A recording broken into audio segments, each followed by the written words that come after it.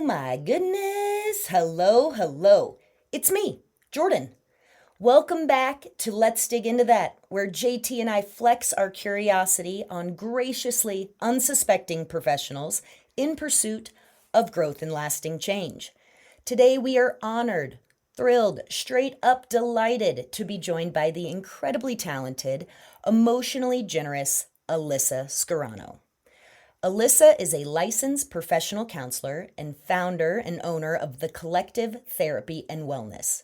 Known for her empathetic and compassionate approach, Alyssa views her work as a profound privilege, an opportunity to be invited into the most intimate and vulnerable parts of her clients' lives to offer unwavering support and grace. Hubba hubba. Specializing in relationships, Alyssa is dedicated to helping individuals heal from childhood trauma, break generational patterns, and cultivate meaningful, authentic connections by first fostering a compassionate relationship with themselves. That's right, we're starting on the inside, and we're kicking this conversation off right now.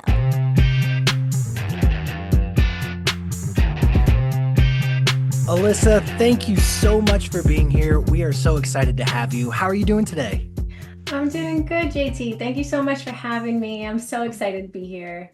Awesome. I have to know, you're so passionate from everything I've read, and we've listened to you on other podcasts. How did you get into this line of work? Yeah, there's a short answer and a long answer, and We're in. it really I think begins with obviously I think everything always begins with him, but it begins with my own journey of self-discovery. I remember graduating from high school and saying like I have no idea what I want to do, but everybody's always told me like get into art, like do something with art, and at 18 I was like okay. Art, well, I like clothes, so maybe fashion design, like cool. And I got in and it was easy. So I was like, this is it. This is my path. And I got there and I was like, this just doesn't feel right. Like it felt a little empty in a way. It just didn't really feel very meaningful. And there were things I learned about the industry that just didn't align with me. And so I dropped out against everybody's, best wishes and came home and I knew it was the right decision. And I said, well, community college, work my way through financially. And during that journey, I just kind of followed what I liked and what interested me. And so part of it was finding my own voice and learning about just the different narratives that we all develop. And, really the meaning and the impact behind the words that we choose to tell our stories. And so it really began with an English lit degree, which then turned into a writing concentration and a minor in psychology. And it was a little bit of a winding path figuring out, am I gonna, do the art therapy thing? Because that was always, a passion of mine was art. And somewhere along the line, I just kind of decided, you know what, no, I can always incorporate the art.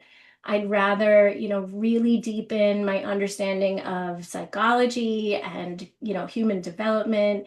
And from there, I decided, you know what, and I want to help people sooner rather than later. Let me go the master's route. Let me go that route. And, it really confirmed that this is what I want to do.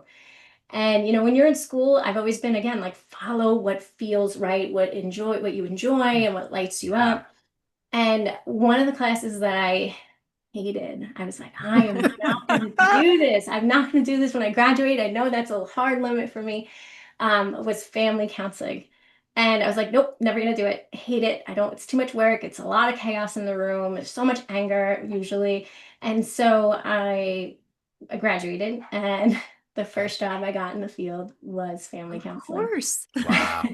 And I'm so glad that it was as hard as it was, because I worked with families that were referred to Child Protective Services. And so my role was to work with the family to reunite them and keep them together. And I really learned how our stories come from how people have spoken to us, our caregivers, our attachment figures, our role models, or the authority figures in our lives really does develop our own, view of ourselves. And from there, how we relate to other people, witnessing the Wow. way our caregivers treat each other. And we take those stories with us and develop our understanding of ourselves from there. And we kind of learn to play these roles, whether it's a protector or a fixer, Mm. or even sometimes the victim, right? And that carries through because those roles are the things like they give us a place within our family dynamic. They give us importance, and they are the things that help us survive some of our harder times when we're kids.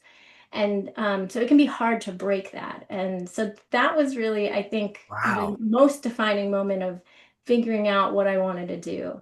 And as time has gone on, I don't work with families specifically anymore because my practice is virtual, but we're always working with the family of origin stuff. So whether you're, seeking therapy for couples counseling, or you're raising a family of your own and now you're the parent, or you're just really coming here because I want to work on myself, we're always working with that family of origin.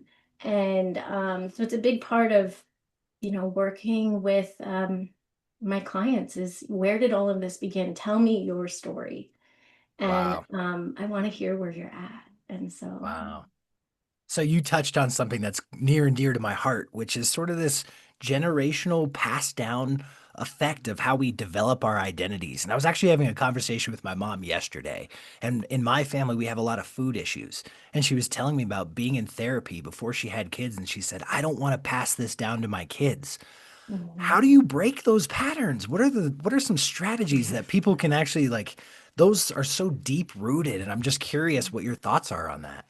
Yeah, JT, I mean, it's so true. And it's not even, yeah, it's food, it's money, right? Like you grew up with, maybe your parents didn't really have it.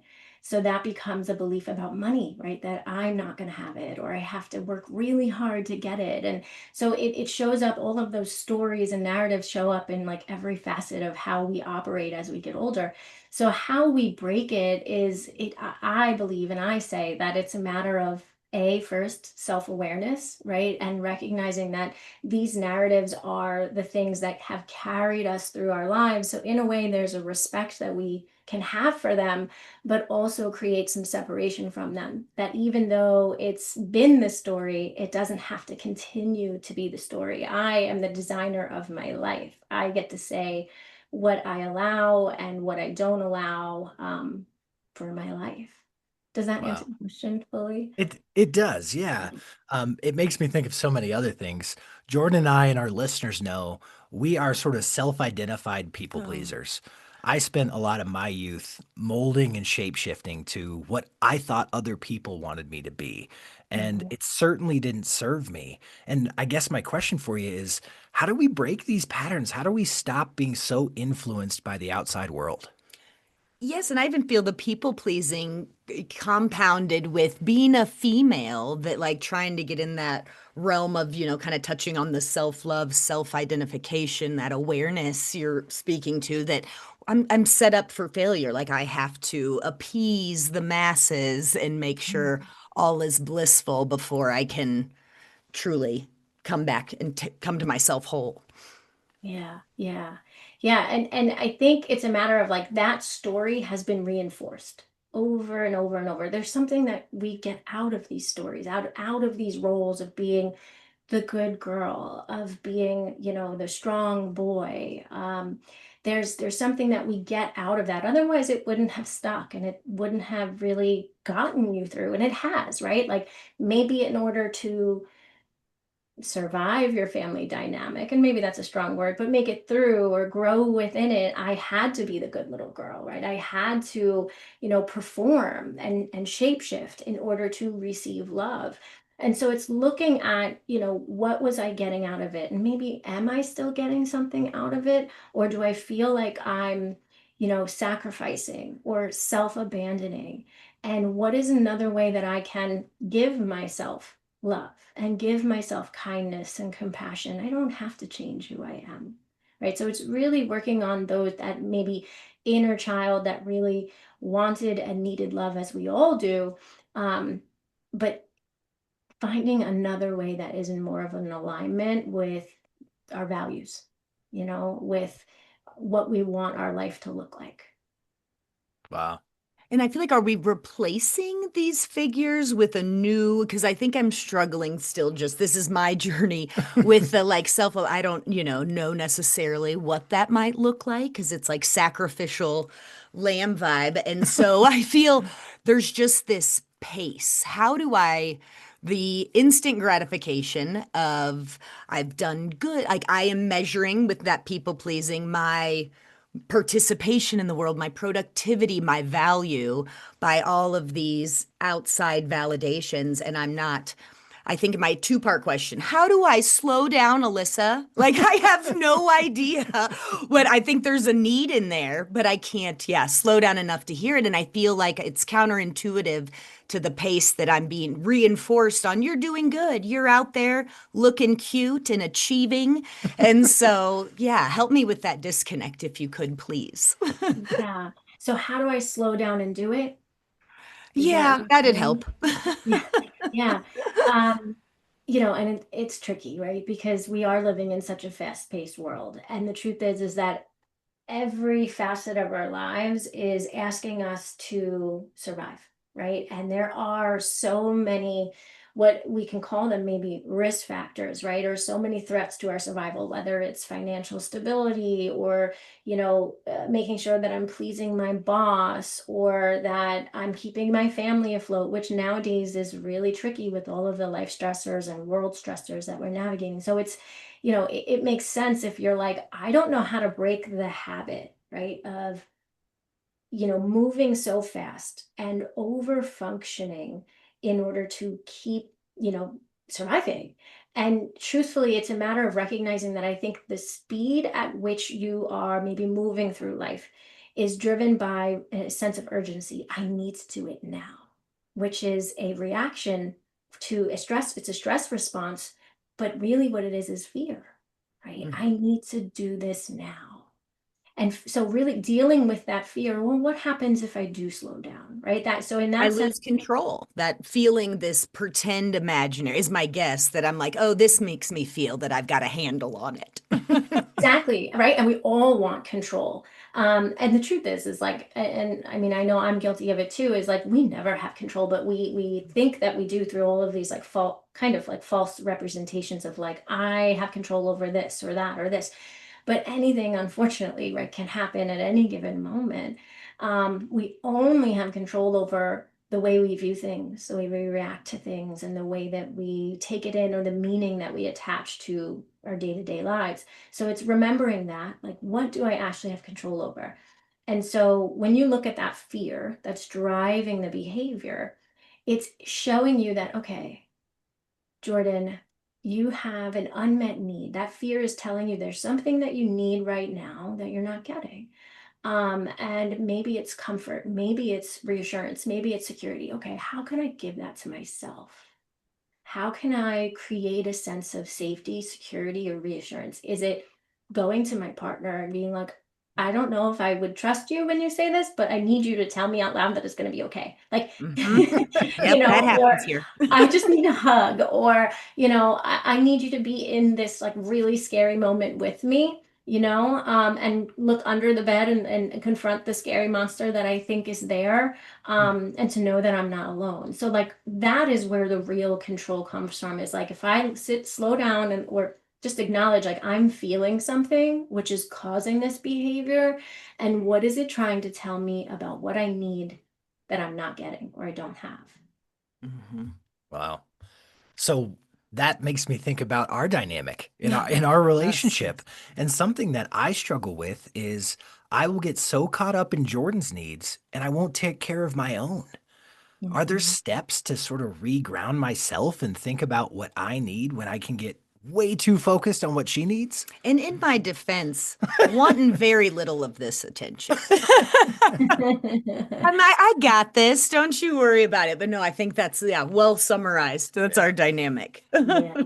Yeah. And, I think that's something that we often see in family dynamics or in partnerships is like, it's really hard to witness those we love in any sort of distress. Like, I just want Hmm. to come in and like make it better. Right. Like, I'm sure, and this happens, I think, for a lot of us, is like we see someone crying and we immediately like jump up, go to the closet, get the box of tissues, like, it's okay. I'm here. But in that sense, it's like, I just want to see you okay and happy and healthy. And so there's so much love driven by that wanting to jump in, but it comes from like this feeling is too that I'm experiencing, hearing you or witnessing you in pain is really uncomfortable for me. It's making me feel like I don't have any control or I'm overwhelmed and that I should be. For a lot of men, sometimes it's a matter of like, I'm supposed to be the one to protect you from this, right? And Fixer, right. so, yeah, and look, I mean, even as a parent myself, like if I could bubble wrap my child and he's out into the Yes. world, I would. But we have to remember that sometimes like pain and overwhelm is when we allow somebody to feel it, we're empowering them to work through it and move through it and, having them gain the skills that they need in order to overcome it or for it to not, prevent them from moving forward. So, like an example of that is say that you're watching a niece or a nephew or a child, and they fall, right? They're learning to walk and they fall. Like our immediate is like, I don't want you to fall. Like we'll do all these things to prevent the falling. But in reality, a child needs to learn how to fall because then they know like I've got to put my arms out to catch myself, right? And so that's kind of like the same thing. We can be there with our loved ones in their time of distress or pain, and a simple, sometimes a hand on the back and comfort and sitting next to you and not turning away in that moment can be reassuring. But another thing is like, what can I do to support you? And whatever answer they give you, like, I just need you to listen. All right, I can do that. Then I am kind of secretly like helping, Um, or if it's like I need solutions. Okay, well, let's figure out together maybe some options. It's not all on you to fix it. Hmm. Wow. That's very good. I know. And I feel like I'm curious in a relationship dynamic and perhaps some habits that come from previous relationship, past relationship experience that sometimes I find JT might be tending to my needs by as a deferring tactic of taking care of the fear of whatever he has to deal with on his own agenda. What advice would you give for that when it's like, okay, yeah, because I think that like that self-awareness and taking it back where it's like, let's tackle that low-hanging fruit together as a couple and then we'll get to the bigger stuff. And the only child in me is like, go get that autonomy and get back to me around dinner time. And so, yeah, is that kind of a deferring tactic? Is that a common, Yeah. perhaps? Okay. I would say, right, because that's Wow. where our focus is. It's even in the focusing on the to tasks and the to-do list and, over functioning, right, is a way to also avoid our feelings that are causing us to be in constant motion. Yeah, so if our focus is on always on caring for somebody else and making sure they're happy, and that's a quest for control as well. Like this feeling that this is stirring up for me is so overwhelming, I just kind of like need it to go away. Hmm. Wow. So yeah, it can be, but I I think think the you love behind it is accurate too. Yeah. exactly comes from a place of love. But you Yeah. said those exact, I need this feeling to just go away. Yeah, exactly. And I'm going to deflect a little bit right now, actually. Thank you. That feels right. That feels right for But me. I'm going to stick with relationships. One of the things that I really wanted to ask you is how much do we take from our previous relationships and bring them into our new ones? And are those patterns that are well established? And like, how do we break from these patterns of the relationships and what we've learned in past relationships when we're bringing them into new ones? It's a really, really great question, and I'll tell you why. Because there's so many layers to it, right? So I think the only way to do it is to like kind of go back to family of origin. And something a lot of my clients hear me say, or you might even hear me say on previous podcasts, is like everything begins within, right? This narrative about who I am and what I must do in the world, in my relationships, comes from my previous experiences in relationships. but that's not the end all be all, right? It's not. It's like the semicolon of the story that began in childhood, and right? Then we have these relationships as we get older with our friends, which is a natural part of development. And then our romantic relationships, which, yeah, some of them might not be too great or too healthy, or the truth is that I guess the way to kind of conceptualize it before we get into like the how is, anytime that there's um, a trauma, and let's talk about trauma in terms of like, it doesn't have to be that I witnessed violence or I was, you know, violated or there was violence directed at me. It could be these little t traumas like that teach us or change our wiring or understanding of ourselves in the world that are sometimes repeated, right? Why it becomes something sticky for us is because there's this pre-existing vulnerability, right? So maybe it was a narrative from childhood about like who I am in the world. And then there's this like catalyst, right? So let's call that the relationship that wasn't so healthy. And Mhm. then after that, we've got like the level of support that got us through that really tricky relationship or unhealthy dynamic. And if we don't have this support or like healing afterwards, we remain here, we remain stuck. Does that make sense? Yeah. So, in terms of like, how do I break this pattern? It comes from, I think, really recognizing that I went through this thing and it's still really preventing me from moving forward, right? What was this thing about? And none of us like the discomfort of looking at this thing, which is why we're like, I need this feeling to go away, and or I need to end this relationship right now. Um, so how is having all of our feelings, right? And connecting with ourselves rather than self-abandoning, rather than um, just working on like the instant gratification of escapism, of running away from this feeling. It is a matter of, yes, like turning inward and going back to that question of like, what am I feeling? And what is this emotion trying to communicate to me about what I need? Why does it like looking at that with curiosity, rather than judgment? Yeah. Love curiosity. Yes, the self-compassion and curiosity of that. No, Mhm. yeah, that's amazing. And I think I'm like curious, can you do the work while you're in the new relationship going, whoopsie daisy? I could have taken a pause and thought about perhaps a tendency, a pattern I might be rolling through. That's my type. Or is that work? Yeah, once you're in it, and can you make those changes? Because here we are, round two. Yeah. Yeah. I mean, I think again, there's like no, I wish there was, right? Like this book for life that's like, okay, you're in this scenario. Here's what you have to do to get to this side of it, Flip to right? page 74, the answer's right there. Yep. Right? Like, and then it's funny because I always have my clients are like, I went through this thing. What do I do?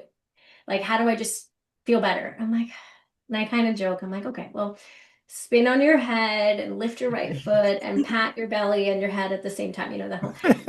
Get together. Um, and so I think it's shifting from this understanding that there's a finish line to all of this stuff. Like there isn't, Mm. and that's okay, right? So like if we look at ourselves as like an onion, right? We have the outer layer.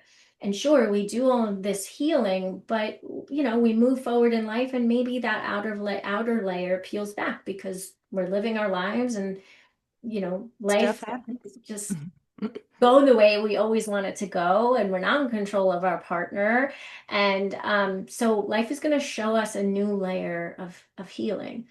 Is it great to take some time for yourself between relationships to reflect on like, what did I maybe avoid or what was I not wanting to look at that time when I was in that relationship? Why didn't I want to look at this thing? And I was so in such a rush to just, you know, achieve my relationship and being this perfect relationship, this Mhm. happy relationship. I was in such a rush for the feelings of distress or discomfort to just go away. I think it's a matter of, yes, taking that time to reflect, but when you're in a relationship, the new one, there's always going to be learning and growth that happens, and things from our past sometimes get re-triggered.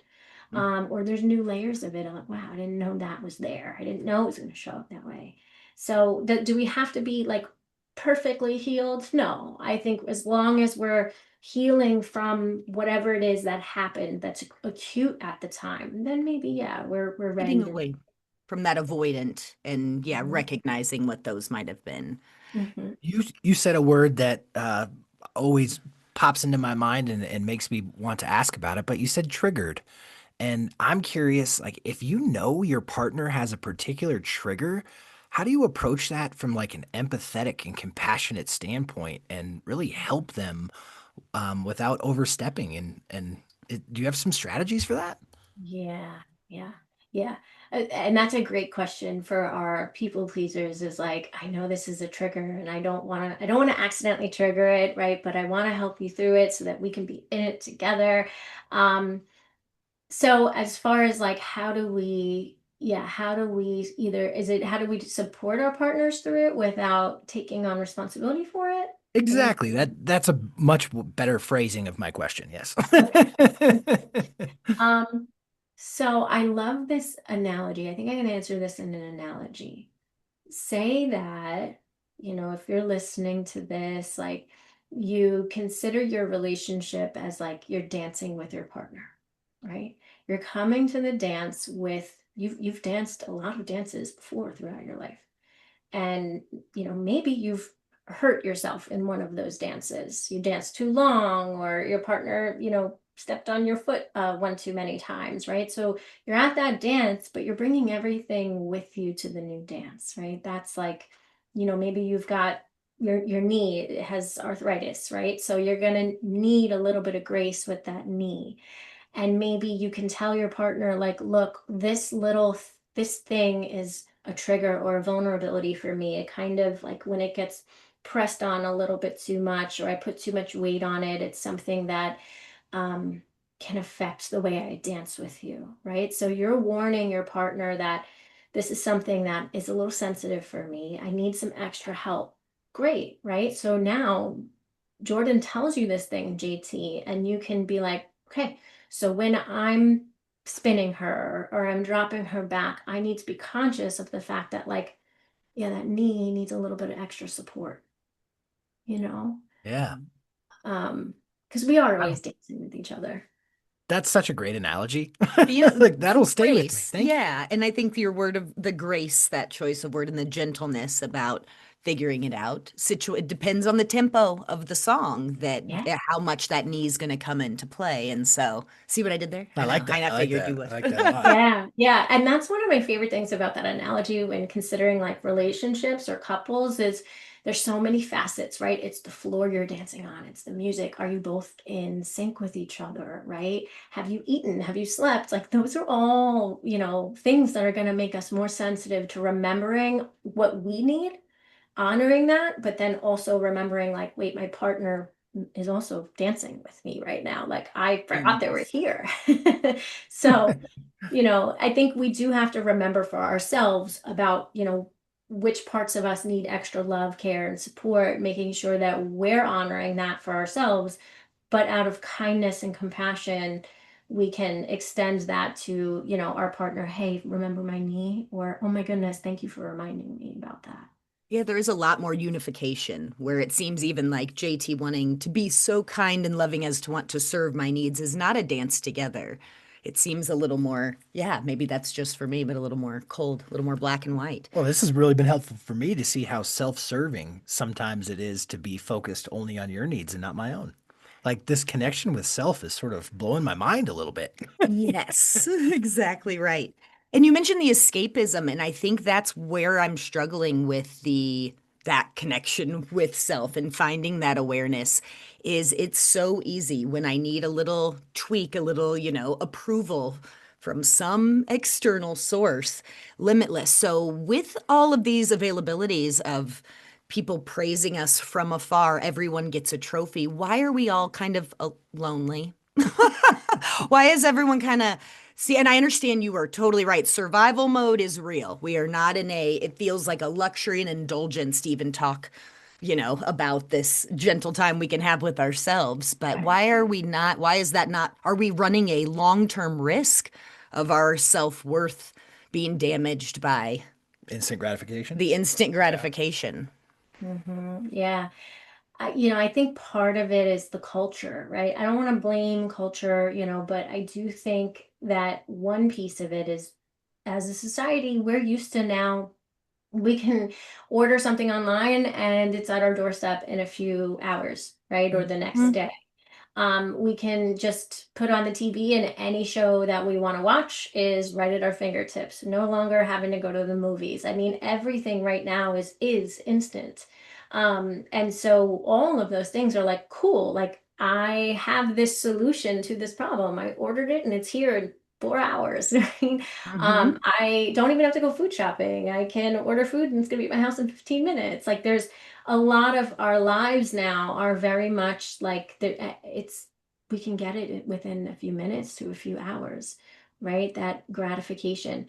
And then we've also got the distraction of social media, and it's everywhere. I think we all, to some degree, use social media, whether it's, platforms for video streaming or podcasts or music, Mhm. or yeah, the Facebook and Instagram type of stuff.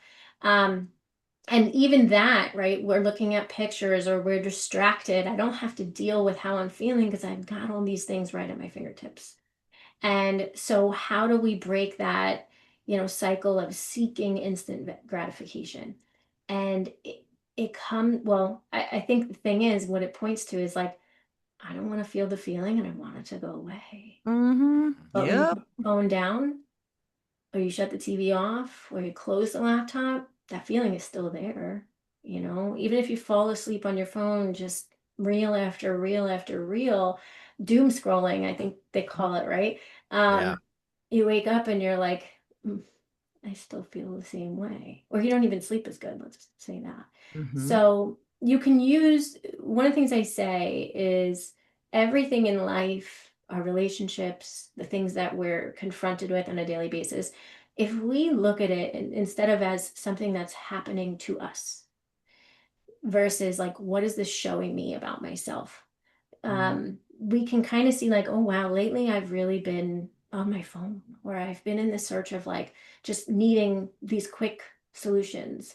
What is that about? Again, with curiosity instead of self-blame or judgment or comparison. Separating that perspective, like you said, creating a bit of distance there to Yeah. reflect. Yeah. What is this showing me about myself with curiosity? And maybe it's that I have a hard time lately with sitting in the silence of being alone because all these feelings are going to come up that like it's just going to pour out. And if it pours out, that means it's never going to stop, you know? Mhm. So it is a matter of, I think, like I said, being a little bit more curious with what's going on. What is this showing me about myself? And then what do I really need underneath this quest, right, of ordering something online or distracting myself? And a great way to even think of that is, and I can use a real life example. Mhm. Yes, Yeah. please. Okay, so real estate market is wild right now, right? So if Mhm. you're looking for a home, looking to sell your home, looking to move, I am in it with you, trust me. Like, geez. All the feels. So, I was a realtor and yeah, my heart goes out to you in this yeah, moment. Yep. it's rough, right? So what I wound up getting a little wrapped up in myself was like, I want to buy a house. I need to buy a house. I've got to save for a house. I'm looking for a house, right? And I've got this whole story about how I can't buy a house because they're so expensive. And now I'm getting wrapped up in this. And then I'm looking online for like housing, right? I'm looking for like something, well, what can I afford?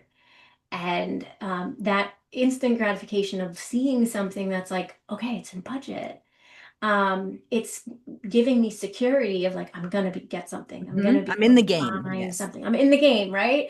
But in reality, sure, I'm wanting a house, but I'm not, what I'm really looking for is whatever the association that I have with being able to buy a house, right? So getting curious about it, I was like, okay, what does it mean to buy a house? What am I thinking that's going to get me? Well, doing some reflection, I got to the bottom of it and I was like, well, if I had a house, I'd be more financially stable. That's what that would mean, apparently. I don't know. Mortgages are Apparently. Mhm. And if I was financially more stable, then I'd be able to breathe. And when I got there, I was like, wait a minute, I can breathe now. I'm just Ah, not breathing. Like I can do that. So we're always mhm. looking for the feeling that we believe this other item is going to provide, right? So by being on our phones, like maybe it is that what I'm looking for is relief, right? From the exhaustion that I really feel. So what I should be doing maybe is taking a break and taking a nap or taking care of myself. I don't need to focus on that external item or finish line. I can give that and create that for myself at any given point. Wow. I love it. I Well, get so caught up in that, the whole if this then that concept. Like that is yes. whew. And that home ownership, it's financial dependence, not stability, just depends. You're good. The breathing. And so you did a very good search there. Yeah. Oh my goodness. Well, this has been truly amazing. I always have to be the one who's watching the clock, and we are sort of running out of time here. Do you have more questions? I feel that I could just chat with Alyssa I all know this day. has been so amazing. But we always like to close on sort of a question that helps our listeners get to know you better outside of just what you do professionally. And so our question for you today is, what's your favorite time of the day? Oh, my favorite time of the day. I've always been a night owl. Always. I'm not a morning person at all. At all. It's just the way I've always been wired. Like, I feel like more productive at night. I think because there's just a little bit, there's less focus on what I have to do and more focus on like, I've got all this space and the world is Mhm. quiet and I'm not needed Yes. anywhere. So that's when I feel most creative and most productive. But then I think, yeah, there's something about the silence at the end of the day that I really enjoy. I'm doing the work that I do. There's always stimulation coming in through my ears, and I love having conversations and listening. But sometimes, at the end of the day, it's like I can really finally truly appreciate and notice the silence and how loud that is. And for me, that just feels so good. So I love I love nighttime. And then you get to go to sleep, which is always something I'm looking forward to. Yes, yes. As a mom, you're like, and into the rest mode. No, I think that's great and appreciate that gratitude in the moment, the silence. Yeah, nobody needs me as the people pleasers. Ooh, I empathize. I love it. I love it. I think that's great. And just so folks know how to find you, would you mind telling us about the amazing work you do with the collective, your business? Yeah, Thank yeah. you. So with the Collective Therapy and Wellness, we're a multi-state virtual private practice. We provide therapy and wellness services, and we really try to make our care holistic. So with our practice, we offer wellness services, workshops. We are hiring a nutritionist. We have a mindfulness meditation teacher who's also a registered yoga teacher. We've got a lot of really great stuff to complement the therapy. So you've got, an opportunity to do the deeper healing work. And then you have opportunities to practice new skills with the support of somebody who's trained within their respective wellness field. And if you're a current client, you get all of those services for free as part of your treatment. And so, it's amazing to get to do this work. And so you can find us online at www.collective-therapy.com. Awesome. That's amazing. I love because it is like the lifestyle therapy and the making it where it is, yeah, a one-stop shop for feeling good and feeling whole. I love it. You Absolutely. do incredible work. Thank you so, so much. Yeah, this could go on forever because this is so amazing. I hope this didn't feel too much like a session for you for us. Yes, I did. No, I made him no. promise. I was like, don't let me. Just I think our listeners will have so many wonderful takeaways. So thank you for your time. You're truly awesome. Thank you. we Thank you appreciate so you. much for having me, JT and Jordan. If this podcast, or just JT, means something to you, it would mean the world to us if you had a second to share this episode or your favorite episode. If you haven't already, please subscribe or follow on the homepage at letsdigintothat.com or wherever you listen to your podcasts. We adore you, love ninjas. And we see you, Rage Pirates. Thank you. Thank you.